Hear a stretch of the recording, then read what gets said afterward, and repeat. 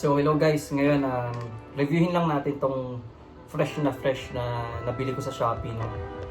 DVD Team. Ito actually yung parang budget version ng Spencer Dinwiddie signature shoe line sa 361.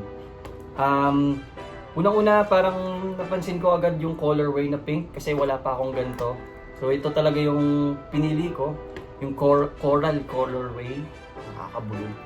So parang may 3 colorways siya.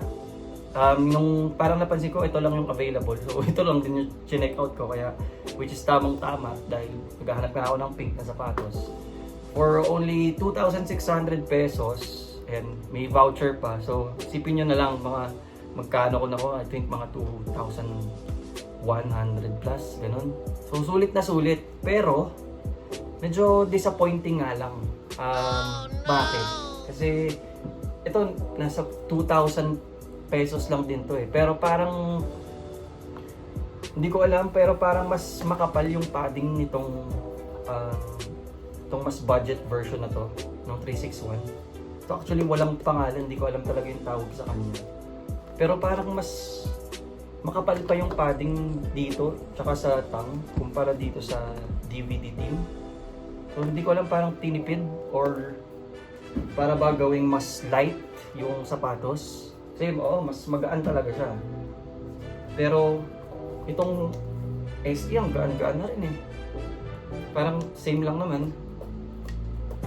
Ayan. And then sige, move on tayo sa materials. May mesh material siya na may halong plastic. Parang plastic thread. Ayan. And then sa foam naman niya, gumamit siya ng quick foam light. Ayan, which is nandito rin siya sa DVD SE, no? So quick foam din 'yan. So dito ginamit niya, lahat meron din mula dito hanggang sa likod. Ayan. Tapos sa looks naman, ayan, makikita natin yung number 26. Tapos may 361 degree dito.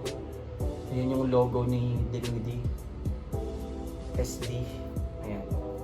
And then sa traction naman, ito guys, medyo may doubt ako dito kasi napansin ko parang ang lambot ng rubber niya.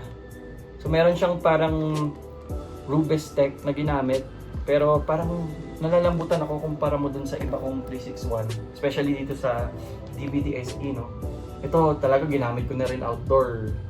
Parang wala pa siyang gasgas or wala pang pudpod. Ito tatry natin, no? Subukan natin, pero medyo kinakabahan ako dito kasi ang lambot talaga.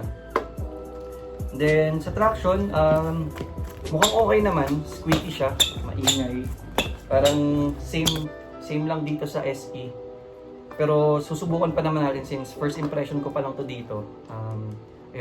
Gagawa ulit ako ng performance review naman since ito first look review pa lang. And then sa fit naman, I went through to size 42 ako actually. Ayan. Medyo same lang sila. Wala namang pinagkaiba sa sizing. Parang same na hulma lang ni Dinwiddie siguro yung ginamit.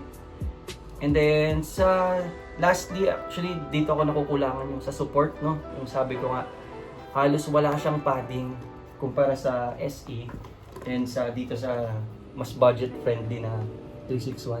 Ayan. Parang very normal. Hindi ko parang naninipisan talaga ako eh. Even nung suot ko siya, parang bitin. Parang nagsusuot ka ng mga OEM na sapatos. Yun lang yung parang hindi ko gusto. And then napansin ko yung lateral containment niya. Of course may TPU plate siya. Medyo nakakakaba lang din yung parang mas tapilukin nitong sapatos na to kumpara sa DVD. Ayan. Nakikita nyo naman, parang mas lamang talaga dito. Tapos ito, parang kulang. Pero yun nga, no? Ito yung parang budget version ng Spencer Dinwiddie. So hindi mo ako nag-expect ng mataas. Pero for the price of 2,600, check natin kung worth it nga ba. So gagamitin ko pa lang. Pero since nakita ko kasi wala pa masyadong nakakabili, nag-isip ako na gumawa ng review. Kaya ito, para sa mga nag-iisip pa or gustong bilhin to, and yun, maraming salamat guys, no? Kung nagustuhan yung video, sana mag-subscribe kayo or kahit mag-like lang, malaking tulong na po. Maraming salamat. Peace.